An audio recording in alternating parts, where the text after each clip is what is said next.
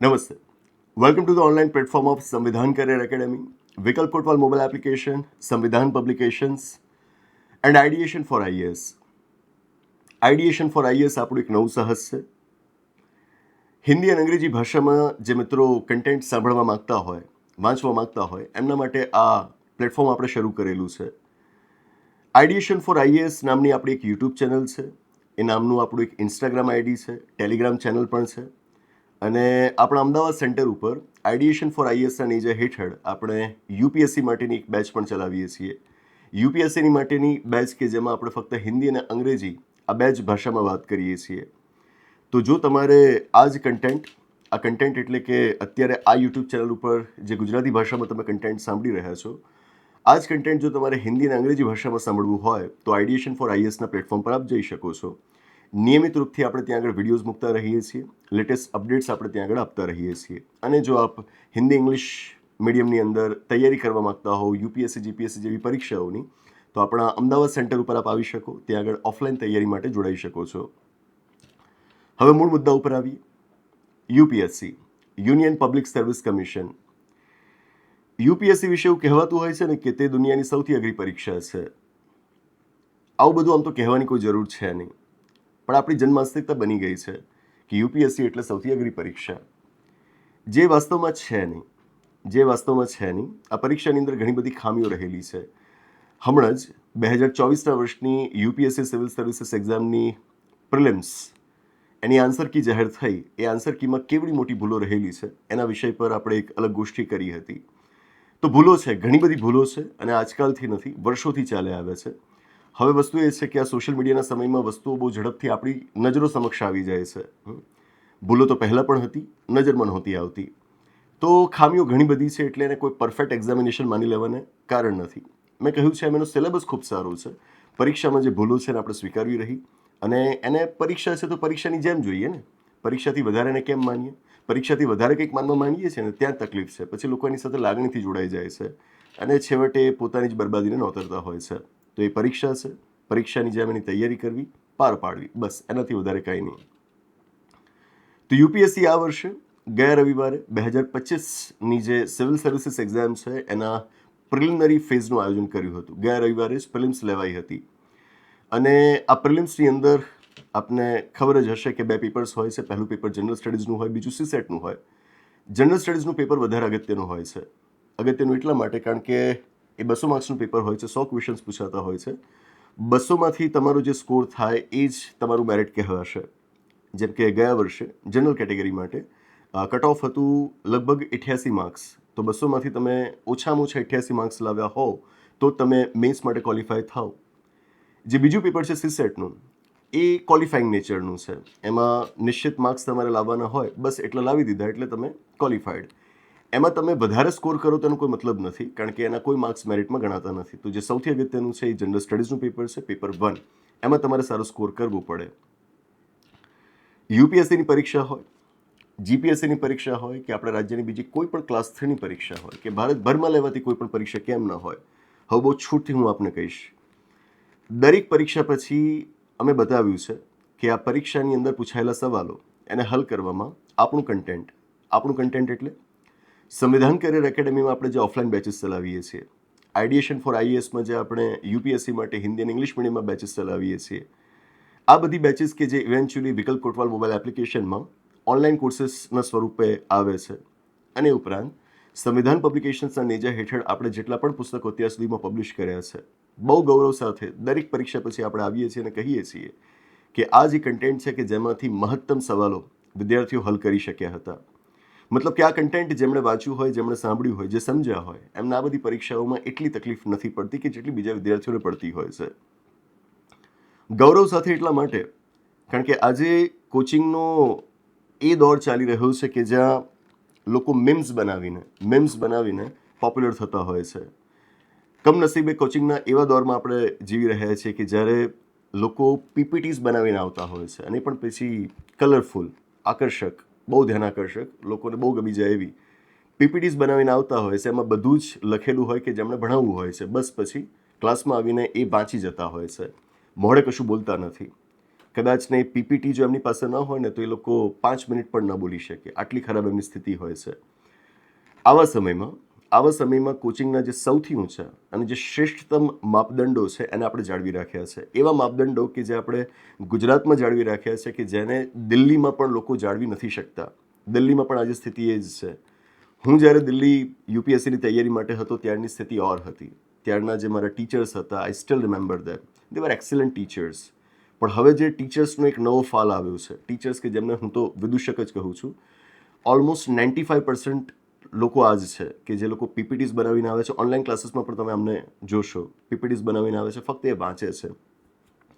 પણ ટેગ લાગી જાય છે કે નેશનલ લેવલના એજ્યુકેટર છે, બરાબર. છોકરાઓ બિચારા કંઈ જાણતા હોતા નથી અને બસ એમની વાતોમાં આવી જાય છે.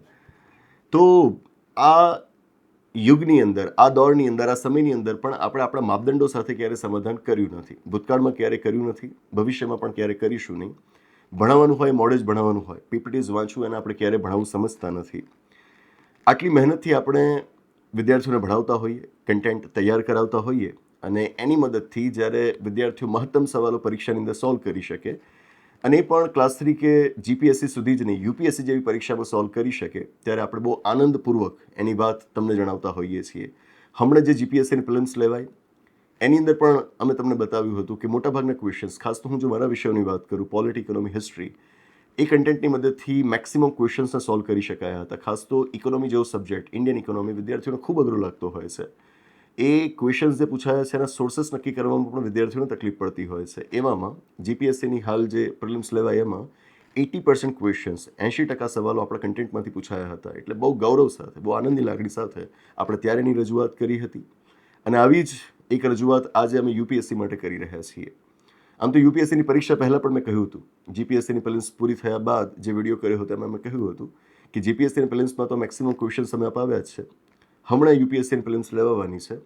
યુપીએસસીની પ્રિલિમ્સ પૂરી થશે અને બીજા દિવસ અમે આવીશું અને તમને બતાવીશું કે કયા કયા સવાલો સીધા પૂછાયેલા હતા. આ આત્મવિશ્વાસ આવે. આત્મવિશ્વાસ ક્યારે આવે કે જ્યારે આપણે મહેનત કરતા હોઈએ. જે લોકો પીપીટીઝ વાંચતા હોય એ આટલા આત્મવિશ્વાસ સાથે ન બોલી શકે.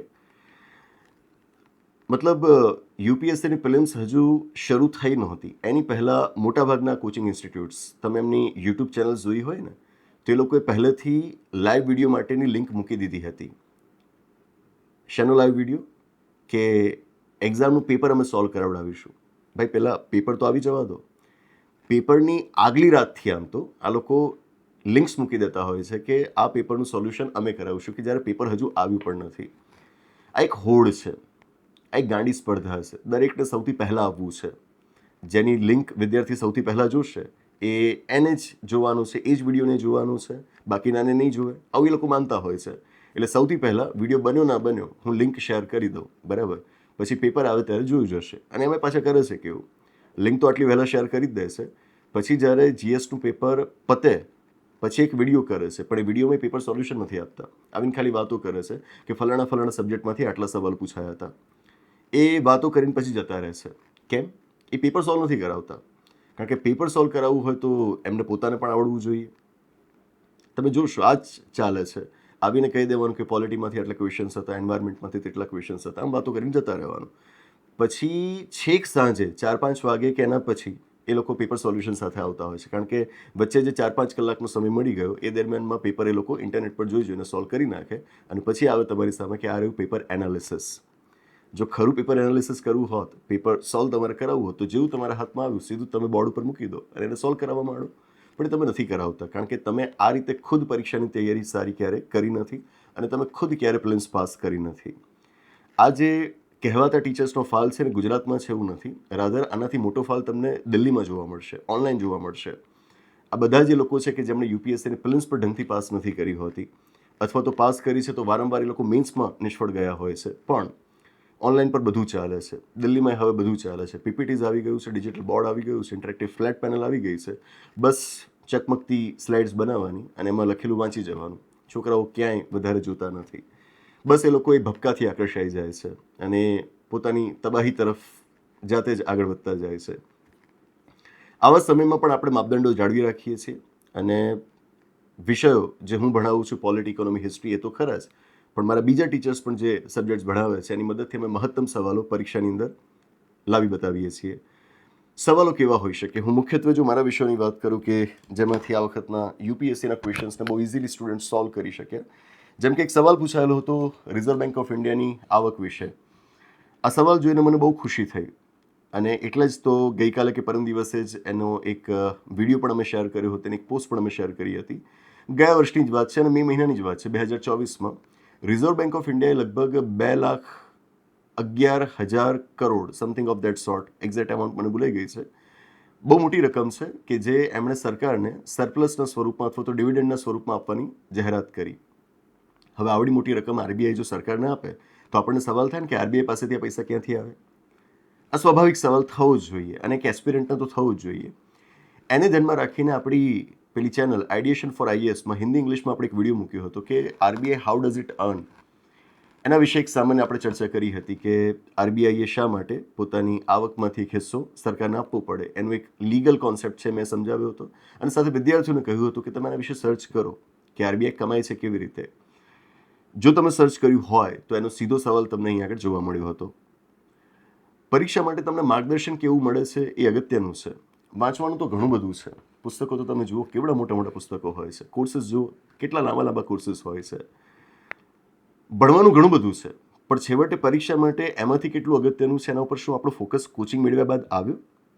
પુસ્તક મેં 1000 પાનાનું વાંચ્યું પણ 1000 પાના વાંચ્યા બાદ શું મને સમજાયું કે આમાંથી પરીક્ષામાં શું પૂછાઈ શકે? અગત્યનું એ છે.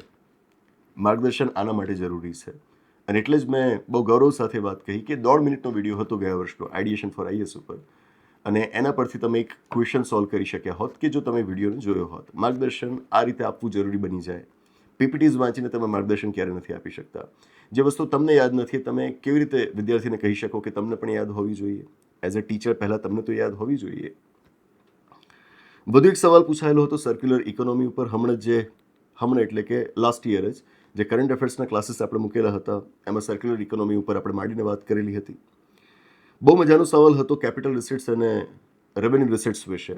સરકારના બજેટની અંદર કેપિટલ રિસીટ્સ અલગ બતાવાયેલી હોય, રેવન્યુ રિસીટ્સ અલગ બતાવાયેલી હોય, કેપિટલ અને રેવન્યુ એક્સપેન્ડિચર્સ પણ અલગ અલગ બતાવાયેલા હોય. બજેટનું સ્ટ્રક્ચર સમજવું અને બહુ મજાની વાત છે અને એટલે જ ગઈકાલે આપણે એનો વિડીયો પણ મૂક્યો હતો કે આપણે આપણા ક્લાસીસની અંદર બજેટનું સ્ટ્રક્ચર કેવી રીતે સમજાવતા હોઈએ છીએ. કેપિટલ રિસીટ્સ ઘણી બધી જાતની હોય, રેવન્યુ રિસીટ્સ પણ ઘણી બધી હોય. કેપિટલ રિસીટ્સમાં પાછી કેપિટલ રિસીટ્સ અને નોન ડેટ કેપિટલ રિસીટ્સ અલગ હોય. આ ઘણું કોમ્પ્લેક્સ છે. એને બહુ કોન્સેપ્ટ સાથે આપણે સમજવું પડે. કોન્સેપ્ટ સાથે ન સમજ્યા તો કેપિટલ રિસીટ્સનું કોઈક આઇટમ રેવન્યુ રિસીટ્સમાં ચાલી જાય, રેવન્યુ રિસીટ્સની કોઈક આઇટમ કેપિટલ રિસીટ્સમાં ચાલી જાય, કોઈક ડેટ કેપિટલ રિસીટ હોય ભૂલથી નોન ડેટ કેપિટલ રિસીટ્સમાં ચાલી જાય, કોઈક નોન ડેટ કેપિટલ રિસીટ્સ હોય ભૂલથી ડેટ કેપિટલ રિસીટ્સમાં ચાલી જાય. આવું થાય. લગભગ 5-1 મિનિટનો વિડીયો છે આપણા જૂના ક્લાસનો, તમે જોજો કે જેમાં આપણા કોન્સેપ્ટ સમજાવેલા છે. સીધો સવાલ ત્યાંથી પૂછાયેલો હતો. સીધો સવાલનો મતલબ અહીંયા આગળ થાય કે કોન્સેપ્ટ બેઝ ક્વેશ્ચન. સીધો સવાલનો મતલબ એવો ના થાય કે એક્ઝેક્ટ વર્ડ ટુ વર્ડ ત્યાં આગળ આવે. કોન્સેપ્ટ જો તમારો ડાયરેક્ટ છે તો એના બેસિસ ઉપર ક્વેશ્ચન પૂછે અને ડાયરેક્ટ ક્વેશ્ચન કહેવાય. એની પહેલાં તમે જ્યારે ભણાવો છો ત્યારે શું એની અંદર તમે ભણાવો છો ત્યારે અને તમે જ્યારે ભણો છો ત્યારે શું એની અંદર આ ફોકસ એરિયા હતો કે બજેટનું સ્ટ્રક્ચર પણ આપણે આ રીતે ભણવાનું હોય? જો એ હશે તો તમે આ સવાલ ત્યાં આગળ મેળવી શકશો, બાકી નહીં મેળવી શકો. ડેફિસિટ્સ વિશે જે 2 સવાલો પૂછાયેલા હતા તે વર extraordinary. Revenue deficit, fiscal deficit, primary deficit, આ બધું જ આપણે ક્લાસમાં ભણાવતા હોઈએ છીએ. પણ આ વખતે મજાની વાત એ હતી કે 2 સવાલો યુપીએસસી પૂછ્યા હતા કે જેમાં આંકડા આપ્યા હતા કે આટલા રૂપિયાની રિસીટ હોય, એક્સપેન્ડિચર હોય વગેરે વગેરે, તો એના પરથી ડેફિસિટ કેટલી થઈ ગણાય. હવે આના માટે તમને ફિસ્કલ ડેફિસિટ, રેવન્યુ ડેફિસિટ અને પ્રાઇમરી ડેફિસિટ એટલે શું એ ખબર હોવી જોઈએ, એના ફોર્મ્યુલા ખબર હોવા જોઈએ. બરાબર, કે એ ડેફિસિટ બને કેવી રીતે, એનું કેલ્ક્યુલેશન કઈ રીતે થાય. આ વાત તો આપણે આપણા ઇન્ડિયન ઇકોનોમીના પુસ્તકમાં પણ કરેલી છે. ગુજરાતી ભાષામાં જે પુસ્તક છે એની અંદર પણ આપણે બધા ફોર્મ્યુલા આપેલા છે. That thing. આ વધુ 2 સવાલો હતા કે જેને તમે સોલ્વ કરી શકત. એ ઉપરાંત જો હું હિસ્ટ્રીના ક્વેશ્ચન્સની વાત કરું, આ સબ્જેક્ટ્સ હું એટલા માટે તમને બતાવી રહ્યો છું કારણ કે આ બધા એ સબ્જેક્ટ્સ છે કે જેની સાથે હું ખુદ ડીલ કરું છું. બાકી જિયોગ્રાફી, સાયન્સ એન્ડ ટેક એના માટે અલગ ટીચર્સ આવતા હોય છે, એમની વાત કરશે. હિસ્ટ્રીમાં પણ મજાના ક્વેશ્ચન્સ હતા જેમ કે હડપ્પા સભ્યતાની પેલી જે સરસ મજાની મૂર્તિ આપણને મળી આવી છે, ડાન્સિંગ ગર્લ. બરાબર, હવે એ ડાન્સિંગ ગર્લની મૂર્તિ શેનાથી બનેલી છે? It's made of bronze. એ બ્રોન્ઝથી બનેલી છે. ઓકે, હવે ડાન્સિંગ ગર્લની ઇમેજ અવેલેબલ છે ઇન્ટરનેટ ઉપર. તમે પણ ગઈકાલનો આપણો વિડીયો જોયો હશે. મેં એની અંદર પીપીટીની અંદર બતાવ્યું છે કે આ એ ઇમેજ છે. પણ એ ભણાવતી વખતે આપણો ફોકસ એના ઉપર પણ હોવો જોઈએ કે જે આપણો હતો, કે આ કોઈ માટીની બનેલી મૂર્તિ નથી, આ બ્રોન્ઝની બનેલી મૂર્તિ છે. That's very important. આ ફોકસ હતો અને રાખ્યો હતો એ સારું હતું. એ સાબિત થાય છે કે જ્યારે આપણે જોઈએ છીએ કે યુપીએસસી એ મૂર્તિશાની બનેલી હતી, એ સવાલ આપણને પૂછે છે. સાચો જવાબ હતો બ્રોન્ઝ. તો હિસ્ટ્રી એ ક્યારેય ગોખવાનો વિષય હોતો જ નથી, બરાબર. હું તમને ઘણી બધી મૂર્તિઓના નામ આપી દઉં ને પછી કહી દઉં કે યાદ રાખો કે આ શાનાથી બનેલું છે, તો એમ તમને યાદ રહી જવાનું નથી. તમે એને વાર્તામાં વણી લીધું હશે તો જ તમને યાદ રહેશે ને. That's more important. Non cooperation movement વિશે સવાલો પૂછાયેલા હતા. એમાં પણ જે સ્વરાજ વગેરેના ખ્યાલો પૂછાયેલા હતા. મતલબ કે તમે બંગભંગની ચળવળ સમયે જે કોંગ્રેસની અંદર સ્વરાજ માટેની ડિમાન્ડ ઊભી થતા જુઓ છો, અને પણ એક્સ્ટ્રીમિસ્ટો દ્વારા, બરાબર, ત્યાંથી જો એક ડિબેટ શરૂ કરી હોય સ્વરાજની, તો તમે નોન કોઓપરેશન મુવમેન્ટ સુધી પહોંચો. અને પછી સિવિલ ડિસઓબિડિયન્સ મુવમેન્ટ ને ક્વિટ ઇન્ડિયા મુવમેન્ટ વગેરે વગેરેની અંદર સ્વરાજનો ખ્યાલ કેવી રીતે વિકસ્યો છે અને ઇવેન્ચ્યુઅલી પછી પૂર્ણ સ્વરાજ સુધી પહોંચ્યો છે, એ વાત જો વિદ્યાર્થીને સમજાઈ હોય તો જ એ આ નોન કોઓપરેશન મુવમેન્ટ વિશેના જે સવાલો હતા એને જવાબ આપી શકે, કે જે કામ આપણે હિસ્ટ્રીના ક્લાસીસમાં કરેલું છે, જે આપ જોઈ શકશો. ગાંધીજીએ ધ સો કોલ્ડ અનટચેબલ્સ કહેવાતા અસ્પૃશ્ય સમાજના લોકોના ઉદ્ધાર માટે ક્યારથી કામ કરવાનું, સંપૂર્ણપણે એના માટે સમર્પિત થઈને કામ કરવાનું શરૂ કર્યું, એનો એક સવાલ પૂછાયેલો હતો. ગાંધી ઇરવિન પેક્ટ તમે ભણ્યા હો. તમે પછી વાત કરી હોય રામસે મેકડોનલ્ડના સેપરેટ ઇલેક્ટોરેટના વિધાન વિશેની, અને એના પછી જે ગાંધીજી અને આંબેડકરજી વચ્ચે થયો પુના કરાર, એની વાત સમજ્યા હો, પછી જ તમને આ સવાલનો જવાબ આવડે. અને એમાં ગાંધીજીએ 1934ના વર્ષમાં જેવું કોંગ્રેસમાંથી રાજીનામું આપી દીધું, પછીનો જે આખો ઘટનાક્રમ છે, જો તમે એને સમજ્યા હો તો જ આ પ્રશ્નનો જવાબ તમે પળવારમાં આપી શકો, બરાબર. પણ એના માટે ઇતિહાસ તમે આ રીતે સમજેલો હોવો જોઈએ. તમે હિસ્ટ્રી ગોખી હોય તો તમારી રડારમાં પણ આ વાતો ક્યાંય ના આવે.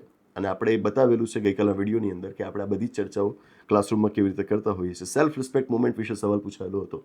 પેરિયાર વિશે સવાલ પૂછાયેલો હતો, બરાબર છે, કે જેની પણ ચર્ચા આપણે ક્લાસમાં કરેલી છે. રાજા રામમોહન રોય, આ સવાલ મને ખૂબ ગમ્યો, કારણ કે મેં વિડીયોમાં પણ જૂના ક્લાસમાં પણ કહેલું હતું કે રાજા રામમોહન રોય ઉપર તમે આ ફોકસ રાખજો. ફોકસ કેમ? કારણ કે રાજા રામમોહન રોય એટલે કે સતી પ્રથા, બ્રહ્મો સમાજ, આવી 2-3 વિગતો જ વિદ્યાર્થીઓ યાદ રાખી લેતા હોય છે, કારણ કે એમને એટલું જ યાદ રાખવાનું કહેવાતું હોય છે. રાજા રામમોહન રોયજીનો જે આઈડિયોલોજીકલ આસ્પેક્ટ છે, એમની જે વૈચારિક બાબતો છે, એના ઉપર ખાસ ફોકસ કોઈ કરતું નથી. હિસ્ટ્રીના આપણા ક્લાસની અંદર રાજા રામમોહન રોય ઉપર આપણે લગભગ અડધાથી પોણા કલાક સુધી ચર્ચા કરતા હોઈએ છીએ. એમનો જે રેશનલ આઉટલુક હતો, એમનો જે હ્યુમેનિટેરિયન અપ્રોચ હતો, એ જે આપણા ભારતની ફિલોસોફી, એના વેદાસ, એના વેદો, એના ઉપનિષદોની પણ વાતો કરતા, એનું ટ્રાન્સલેશન એમણે કર્યું હતું ને, આ બધી જ વાતો આપણે વિદ્યાર્થીઓને સમજાવતા હોઈએ છીએ. ડિગ્નિટીની વાત એમની ચર્ચાઓમાં ખાસ આવતી હોય. તમે જોશો કે આ રેશનલ ડિગ્નિટી, આ બધી ચર્ચાઓ આપણે ક્લાસમાં કરેલી છે, વિડીયોમાં આપ જોઈ શકશો. આ સીધા જ સવાલો તમને ત્યાં આગળ યુપીએસસીમાં જોવા મળશે. આના પરથી સવાલ પૂછાયો હતો. બ્રહ્મો સમાજને બધું ગયું, એમની આઈડિયોલોજી વિશે તમને સવાલો પૂછાયેલા હતા. વિચારો કે તમે જો એમની આ વિચારધારા જ ન સમજ્યા હોય તો, રાજા રામમોહન રોયજી વિશે એ જ પેલું જૂનું ગોખે રાખ્યું હોય તો, તમે આ પ્રશ્નનો જવાબ નથી આપી શકવાના. સ્વીકારો કે તમારે ભણવાનું આ રીતે હોય. પીપીટીઝમાં બધું જ આપેલું હોય ને કોઈક વાંચી જતું હોય એમ પણ તમને સમજાતું નથી, યાદ નથી રહેતું. તમે કોઈકને મોડે એના કોન્સેપ્ટ સમજાવતા સાંભળશો ને તો જ તમને આ વાતો યાદ રહેશે. આ સ્વીકારજો. યુપીએસસી છે એને એટલું હળવશથી ના લેતા. એ સિવાય ફાહિયાન વિશે તમને સવાલ પૂછાયેલો હતો, સાદો સવાલ હતો. મૌર્યોના શાસન વિશે સવાલ પૂછાયેલો હતો. એના જિલ્લા સ્તરના અધિકારીઓ વિશે સવાલ પૂછાયેલો હતો, એ મને ખૂબ ગમ્યો. પહેલાં એવું હતું કે હું જ્યારે વિદ્યાર્થીઓ સાથે પબ્લિક એડમિનિસ્ટ્રેશનની ચર્ચા કરતો હોઉં, પબ્લિક એડમિનિસ્ટ્રેશન, જાહેર વહીવટ, એમાં પ્રાચીન ભારતના લોક પ્રશાસન વિશે વાત કરવાની હોય, એમાં હું મૌર્યન એડમિનિસ્ટ્રેશન વિશે ચર્ચા કરતો હોઉં. અને એ ચર્ચાઓમાં આજે મૌર્યન એડમિનિસ્ટ્રેશન દરમિયાન જિલ્લા સ્તરના જે અધિકારીઓ હતા એમના વિશે હું એમની સાથે વાત કરતો વિદ્યાર્થીઓ સાથે. પણ ધીરે ધીરે મને એવું લાગ્યું કે કેમ આની ચર્ચા ફક્ત પબ્લિક એડમિનિસ્ટ્રેશનમાં જ કરું. હું તો હિસ્ટ્રી પણ ભણાવું છું, એન્શન્ટ હિસ્ટ્રી પણ ભણાવું છું, તો એન્શન્ટ હિસ્ટ્રીમાં પણ મારે એની ચર્ચા કરવી જોઈએ. પબ્લિક એડમિનિસ્ટ્રેશનમાં નવું કંઈક બીજું ભણાવી દઈશું વિદ્યાર્થીઓને. અપ્રોચ રાખ્યો અને એનો સીધો ફાયદો થયો. દરેક બેચ, જીપીએસસી હોય કે યુપીએસસીની બેચ, એમાં આપણે મૌર્યન એડમિનિસ્ટ્રેશન દરમિયાન ડિસ્ટ્રિક્ટ લેવલના ઓફિશિયલ્સ કયા હતા એમની વાત કરેલી છે. પ્રદેશ તરાજુ કા યુક્ત, બરાબર. અને આનો સીધો સવાલ આ વખતે આપણને યુપીએસસી પ્રિલિમ્સમાં જોવા મળ્યો છે. એક રીતે હું માનીશ કે આ પબ્લિક એડમિનિસ્ટ્રેશનમાં ભણાવાતું કન્ટેન્ટ છે કે જેના ઉપર સવાલ યુપીએસસીના જીએસના પેપરમાં પૂછાયો છે. આપણે તો જીએસમાં ભણાવતા જ હતા, પણ ઘણા બધા લોકો એવા હોય છે કે જે માને છે કે આ બધું પબેટ માટે છોડી દઈએ, જીએસમાં ક્યાં બધું ભણાવવું. પોલિટીના ક્વેશ્ચન્સ તો પછી જોવાના રહેતા જ નથી, બરાબર. ઓર્ડિનન્સ, વટહુકમ વિશે સવાલ પૂછાયેલો હતો, બંધારણીય સંસ્થાઓ વિશે સવાલ પૂછાયેલો હતો, ઇન્ટરસ્ટેટ કાઉન્સિલને વગેરે. મજાનો સવાલ હતો રાજ્યપાલના ડિસ્ક્રિશનરી પાવર્સ, એમની વિવેક શક્તિ વિશે, રાષ્ટ્રપતિની સત્તાઓ વિશે પણ સવાલ પૂછાયેલો હતો. આ બધા રમતા રમતા સોલ્વ થઈ જાય એવા સવાલ હતા. આપણે બહુ કોન્સેપ્ટ સાથે ઇન્ડિયન પોલિટી દરેક વિષય કોન્સેપ્ટ સાથે જ ભણાવીએ છીએ, પણ ઇન્ડિયન પોલિટી વિદ્યાર્થીઓને વધારે જ મજા આવતી હોય છે, કારણ કે એમને એ રીતે અમે પીરસતા હોઈએ છીએ. એટલે હું માનીશ કે આ પ્રશ્નો સોલ્વ કરવામાં વિદ્યાર્થીઓને વધારે સરળતા રહી હશે. સ્પીકર વિશે સવાલ પૂછાયેલો હતો હમણાં જ. લોકસભાનું બજેટ સત્ર પૂરું થયા બાદ મેં ડેપ્યુટી સ્પીકરનું પદ હજુ એ ખાલી છે આપણી લોકસભામાં. લાસ્ટ લોકસભામાં તો એ હોદ્દો ભરાયો જ નહોતો. તેના ઉપર એક ગોષ્ઠી કરી હતી. તમે સાંભળી હોય તોય એની મદદથી આ સવાલ તમે સોલ્વ કરી લેત. આપણી ગોષ્ઠીઓ પણ ખૂબ અગત્યની છે. વિડીયોઝ આપણે એના મૂકેલા છે કે ગોષ્ઠીઓની મદદથી આપ કેવા ક્વેશ્ચન સોલ્વ કરી શક્યા હતા. પક્ષપલટા વિરોધી કાયદા વિશે સવાલ પૂછાયેલો હતો. પક્ષપલટા વિરોધી કાયદા ઉપર તો મારો એક આખો સેશન છે, ફ્રી ક્લાસ મેં કન્ડક્ટ કર્યો હતો. યુટ્યુબ પર એ લગભગ 1.5 કલાકનો વિડીયો તમને મળી આવશે. એ તમે સાંભળ્યો હોય તો પણ તમે યુપીએસસીનો ક્વેશ્ચન સોલ્વ કરી શકો. પંચાયતો વિશે સવાલ પૂછાયેલો હતો. ફંડામેન્ટલ રાઇટ્સ નીચેનામાંથી કયા, ફંડામેન્ટલ ડ્યુટીઝ આમાંથી કઈ, ડીપીએસપી આમાંથી કયા, એ પણ સવાલ પૂછાયેલો હતો. અને એ પણ સારા સવાલ હતા, બરાબર. અમુક પોપ્યુલર હોય કે તમને ખબર પડી જાય કે આ તો મૂળભૂત ફરજ છે અને પેલો રાજ્યનીતિનો માર્ગદર્શક સિદ્ધાંત છે. પણ એવા શબ્દો કે જે બંનેમાં કોમન જોવા મળતા હોય, નજીકના જોવા મળતા હોય, ફંડામેન્ટલ ડ્યુટીઝ અને ડીપીએસપીમાં, તો ત્યાં આગળ નક્કી કરવું મુશ્કેલ બની જાય કે આ મૂળભૂત ફરજનો ભાગ છે કે પછી ડીપીએસપીનો ભાગ છે. તો આ સવાલ એમણે પૂછેલો હતો. ફંડામેન્ટલ રાઇટ્સ અનુચ્છેદો 12 થી 35, ડીપીએસપી અનુચ્છેદો 36 થી 51 અને ફંડામેન્ટલ ડ્યુટીઝ અનુચ્છેદો 51A થી લઈને 51A આ બધું જ મોઢે બોલાયેલું છે આપણા ક્લાસીસમાં. મોઢે બોલાયેલું છે એ કોઈ મોટી વાત નથી, એ મોઢે જ હોવું જોઈએ. પણ આજે આને આ રીતે એટલા માટે રજૂ કરવું પડે છે કે લોકો ફંડામેન્ટલ ડ્યુટીઝ આખી પીપીટીઝમાં લખીને આવી જાય છે અને પછી બોલી જાય છે. ડીપીએસપીમાં તમે જુઓ કે કેટલા બધા ક્લોઝિસ આપેલા છે આર્ટિકલ્સની અંદર. ક્લોઝિસ આખા લોકો પીપીટીઝમાં ટાઈપ કરીને આવે છે અને બોલી જાય છે. પછી તમે વિદ્યાર્થી પાસે કેવી રીતે અપેક્ષા રાખી શકો કે એ લોકો એક્ઝેક્ટલી ડિફરન્શિએટ કરીને પ્રશ્નનો જવાબ આપી શકે? They can not. તમે ખુદ એ મોઢે બોલેલા હોવા જોઈએ, પછી તમે વિદ્યાર્થીને કહી શકો કે ભાઈ તને યાદ હોવું જોઈએ, બરાબર છે. અનુસૂચિત વિસ્તારો વિશે સવાલ પૂછાયેલો હતો, એ પણ મજાનો સવાલ હતો. અને બહુ અગત્યનું, રાજ્યપાલની પ્રતિરક્ષા, કોન્સ્ટિટ્યુશનલ ઇમ્યુનિટી, બંધારણ એમને જે રક્ષણ આપેલું છે એના વિશે સવાલ પૂછાયેલો હતો. ખાસ તો હમણાં ભારતના રાષ્ટ્રપતિ દ્રૌપદી મુર્મુજીએ સુપ્રીમ કોર્ટને જે 14 સવાલો પૂછ્યા છે, એ 14 સવાલોમાં એક સવાલ રાજ્યપાલ અને રાષ્ટ્રપતિની ઇમ્યુનિટી વિશે પણ છે કે જે આપણે ગોષ્ઠીમાં લીધું હતું અને એમાંથી સીધો સવાલ તમે આ સોલ્વ કરી શકત. એ પણ આપણે વિડીયો મૂકેલો છે કે કયો પાર્ટ હતો આપણા એ ગોષ્ઠીનો કે જેમાંથી તમે ક્વેશ્ચન સોલ્વ કરી શકત. આ 3 વિષયો છે કે જેમાંથી જ મેં લગભગ 22 થી 25 જેટલા સવાલો તમને બતાવ્યા.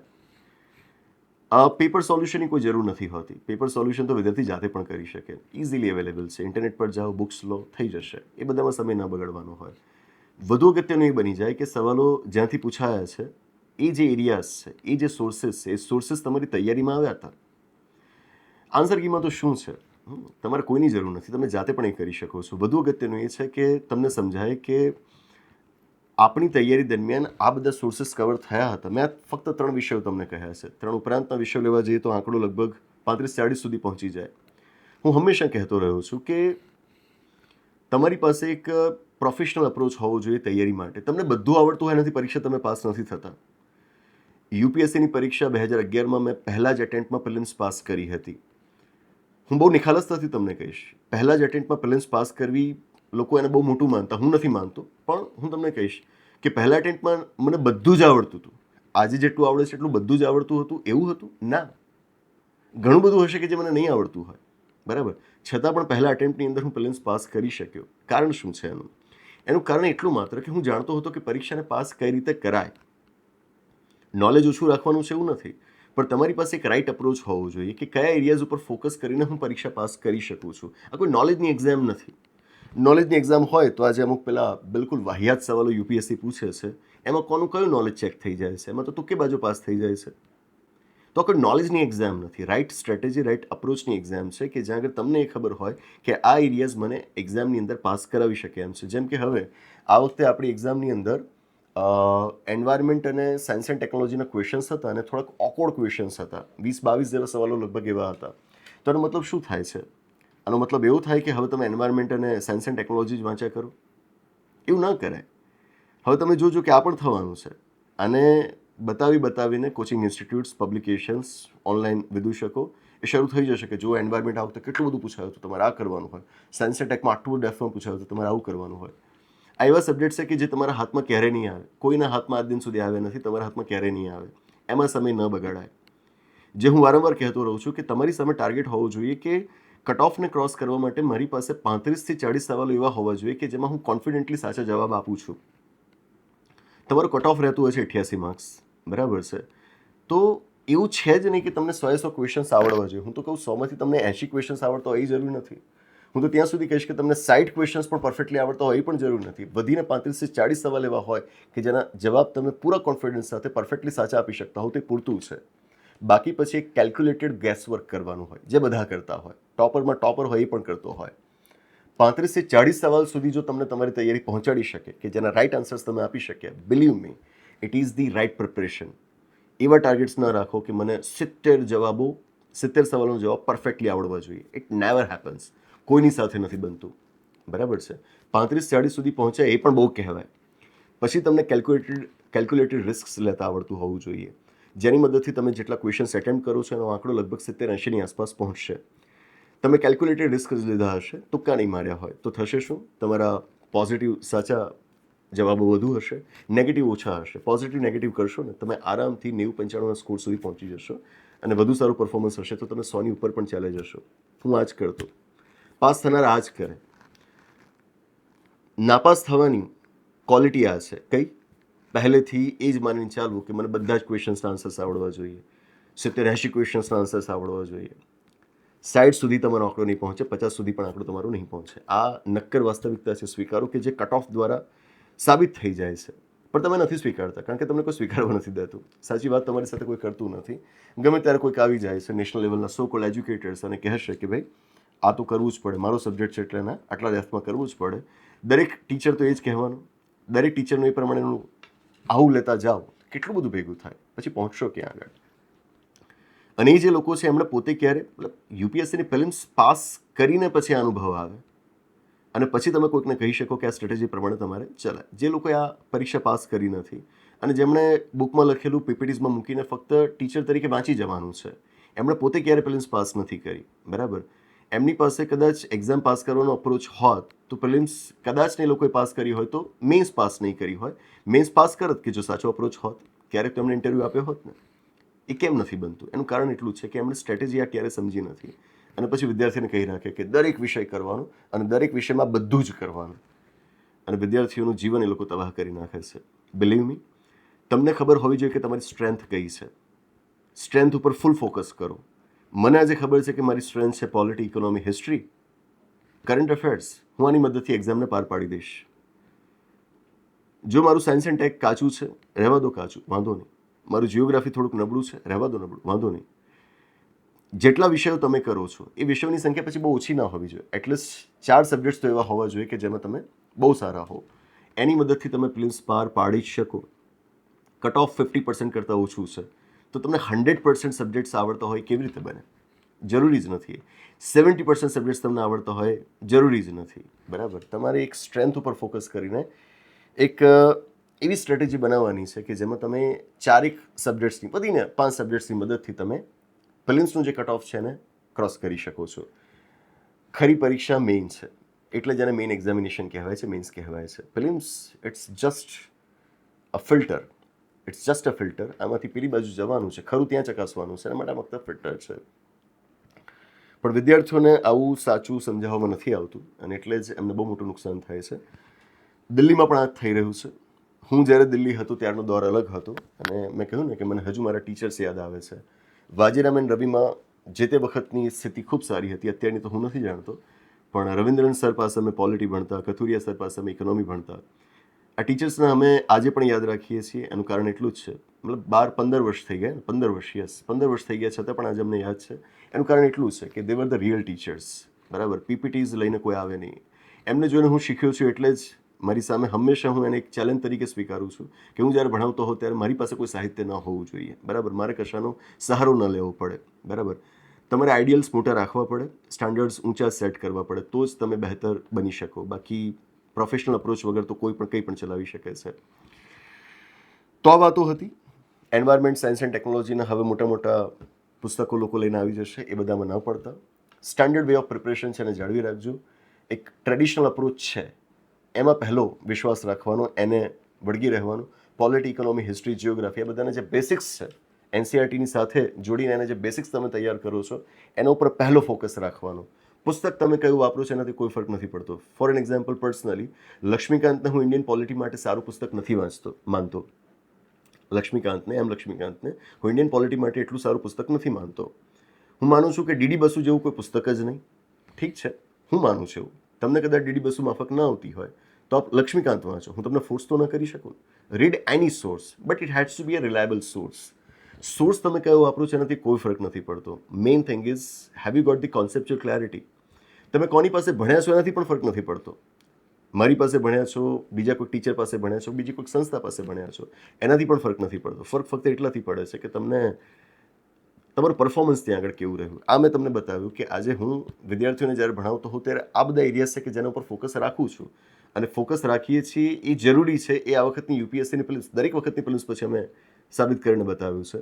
ધી અલ્ટિમેટ પોઈન્ટ ઇઝ કે સ્ટુડન્ટના હિતમાં વસ્તુઓ કેટલી પહોંચી, that's the only important criterion. બરાબર, તો sources don't matter, your teacher doesn't matter, coaching institutes don't matter. The only thing that matters is you as a student. You, તમારા હિતમાં શું છે અને તમારે સમજવાનું છે.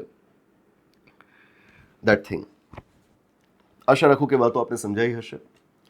દરેક વખતે આવી પરીક્ષા પછી એમાં આપણી જે મહેનત છે એની સફળતાની ઉજવણી કરવા માટે દરેક પરીક્ષા પછી, લાસ્ટ જીપીએસસી પ્રિલિમ્સ પછી પણ આપણે આ કર્યું હતું અને હવે યુપીએસસી પ્રિલિમ્સ પછી પણ આપણે કરી રહ્યા છીએ કે આવું કન્ટેન્ટ દરેક વિદ્યાર્થી સુધી પહોંચે. ગુજરાતના દરેક વિદ્યાર્થી સુધી પહોંચે. હવે તો ભારતના દરેક વિદ્યાર્થી સુધી પહોંચે. આપણે હિન્દી અને ઇંગ્લિશ મીડિયમમાં કોર્सेस મૂકી ચૂક્યા છીએ આપણી વિકલ્પ કોટવાલ મોબાઈલ એપ્લિકેશનની અંદર. તો દરેક વિદ્યાર્થી સુધી આ સારામાં સારું કન્ટેન્ટ પહોંચે એના માટે આપણે પરીક્ષા પૂરી થયા બાદ ઓફર રાખતા હોઈએ છીએ. આ વખતે પણ એવી એક મેગા ઓફર આપણે રાખી છે.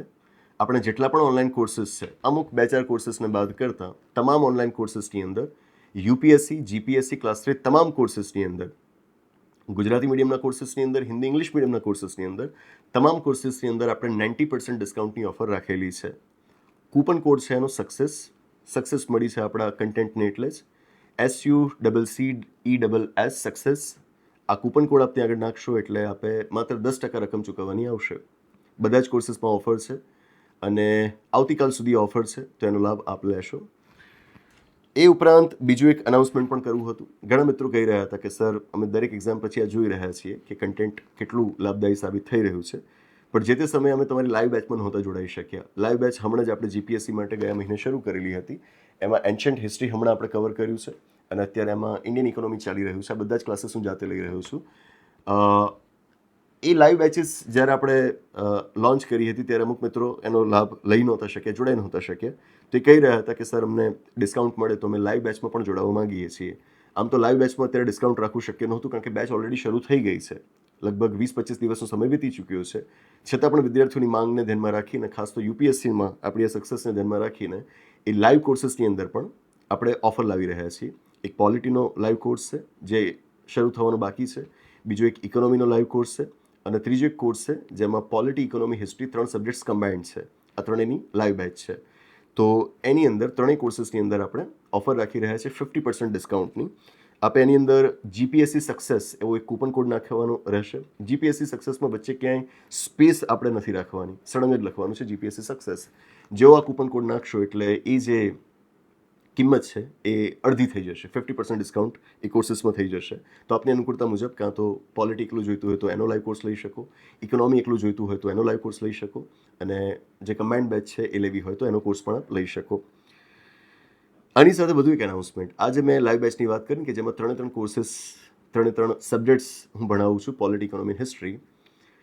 એ બેચ આ 3 સબ્જેક્ટ્સ માટે જ હતી. પણ એમાં સૌથી મોટું એનાઉન્સમેન્ટ છે, કદાચ આજના દિવસનું સૌથી મોટું એનાઉન્સમેન્ટ છે કે બેચ છે ફક્ત પોલિટી, ઇકોનોમી, હિસ્ટ્રી માટે. ફરીવાર 3 સબ્જેક્ટ્સ માટેની બેચ છે, પોલિટી, ઇકોનોમી, હિસ્ટ્રી. પણ એમાં આપણે સાથે 2 સબ્જેક્ટ્સ હવે ફ્રી આપી રહ્યા છીએ. એક તો જિયોગ્રાફી અને બીજું સાયન્સ એન્ડ ટેકનોલોજી. આપવા માટે અમે બંધાયેલા નથી. આ જીપીએસસીના બધા સબ્જેક્ટ્સને કવર કરનારી બેચ નહોતી અને હજુય નથી, બરાબર. એ 3 સબ્જેક્ટ્સ માટેની જ બેચ છે. પણ ભૂતકાળમાં એવું રહ્યું છે કે વિદ્યાર્થીઓની જરૂરિયાતને ધ્યાનમાં રાખીને આપણે આ રીતે ફ્રી સબ્જેક્ટ્સ જૂના કોઈ કોર્સની અંદર એડ કરી આપતા હોઈએ છીએ. હવે આ પહેલી વખત એવું બની રહ્યું છે કે નવા કોર્સની અંદર હજુ નવા સબ્જેક્ટ્સ અમે એડ કરી રહ્યા છીએ. હું ફરીવાર કહી દઉં, બેચ જે લાઈવ ચાલે છે ફક્ત 3 સબ્જેક્ટ્સ માટેની છે, પોલિટી, ઇકોનોમી, હિસ્ટ્રી. પણ એની અંદર વિદ્યાર્થીઓ માટે અમે કંઈક નવું કરી રહ્યા છીએ. 2 નવા સબ્જેક્ટ્સ અમને આપી રહ્યા છીએ, જિયોગ્રાફી અને સાયન્સ એન્ડ ટેક. તો આપને એના પણ લાઈવ ક્લાસીસ ત્યાં આગળ ભણવા મળશે, બરાબર છે.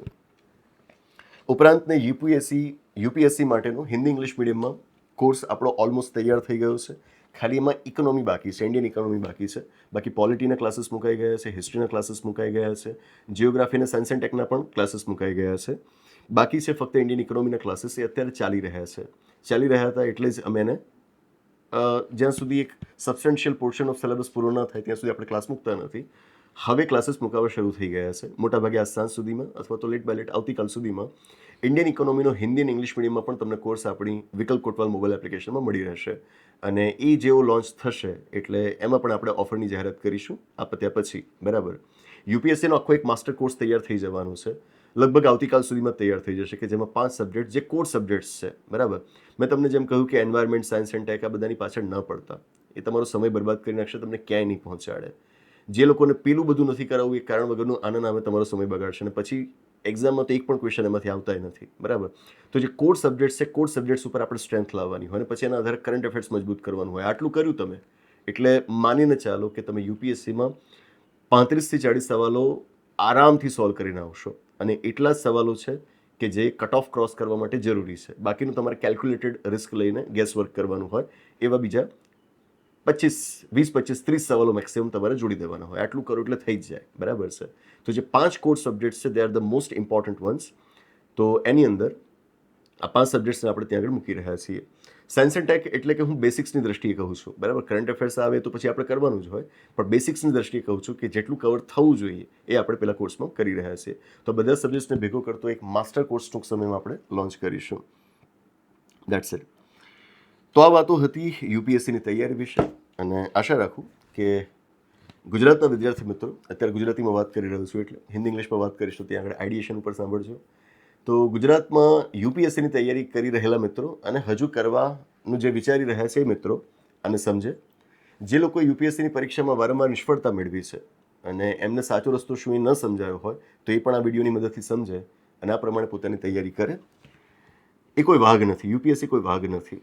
પરીક્ષા પદ્ધતિની અંદર ઘણી બધી ખામીઓ છે કે જેના ઉપર હું બહુ નિખાલસતાથી અને બેબાકીથી બોલતો રહ્યો છું અને હજુય બોલતો રહીશ. પણ જ્યાં જ્યાં પરીક્ષાને પાસ કરવા માટેના અમુક રસ્તા છે એ રસ્તાઓ વિશે પણ હું વિદ્યાર્થીઓને સમજાવતો રહું છું.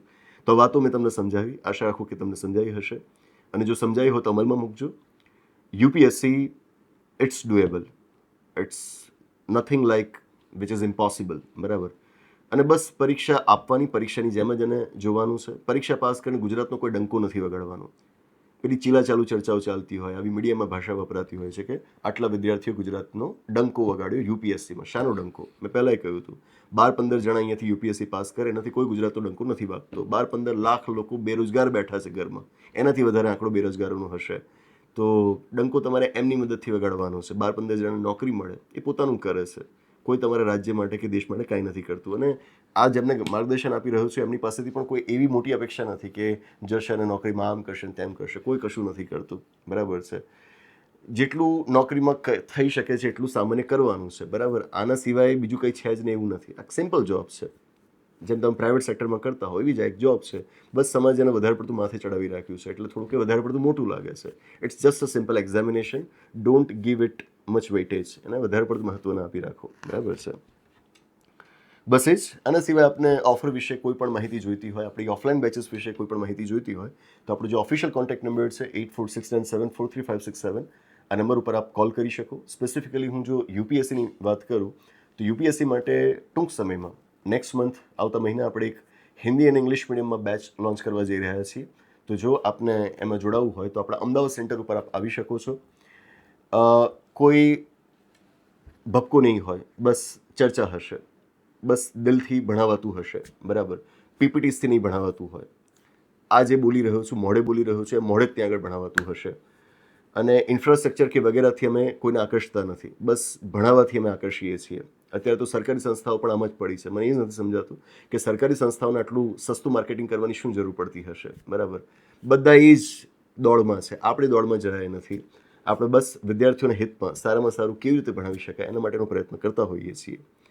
તો યુપીએસસી માટે જો હિન્દી ઇંગ્લિશ મીડિયમમાં આપણે તમારે ભણવું છે તો એના માટે આપ અમદાવાદ સેન્ટર ઉપર આવી શકો. આઈડિએશન ફોર આઈએસની એક નવી બેચ નેક્સ્ટ મંથ આપણે લોન્ચ કરવા જઈ રહ્યા છીએ. વધુ માહિતી માટે આપ આપણા ઓફિશિયલ કોન્ટેક્ટ નંબર ઉપર સંપર્ક કરી શકો છો. બસ એ જ. આ સિવાય આપના કોઈક વિચારો હોય, મંતવ્યો હોય, સવાલો હોય તો નીચે કોમેન્ટ બોક્સમાં જણાવશો. સમય મળશે ત્યારે હું વાંચીશ અને સમય મળશે ત્યારે હું એને જવાબ આપીશ, બરાબર છે. That's it. અટકાવી અહીં આગળ, ઘણી બધી વાતો થઈ ગઈ. તો હવે ગોષ્ઠીનો પણ સમય પાક્યો છે, તો એક નવી ગોષ્ઠી સાથે પાછા મળીશું. હાલ આ વાત અહીં આગળ અટકાવીએ. Thank you.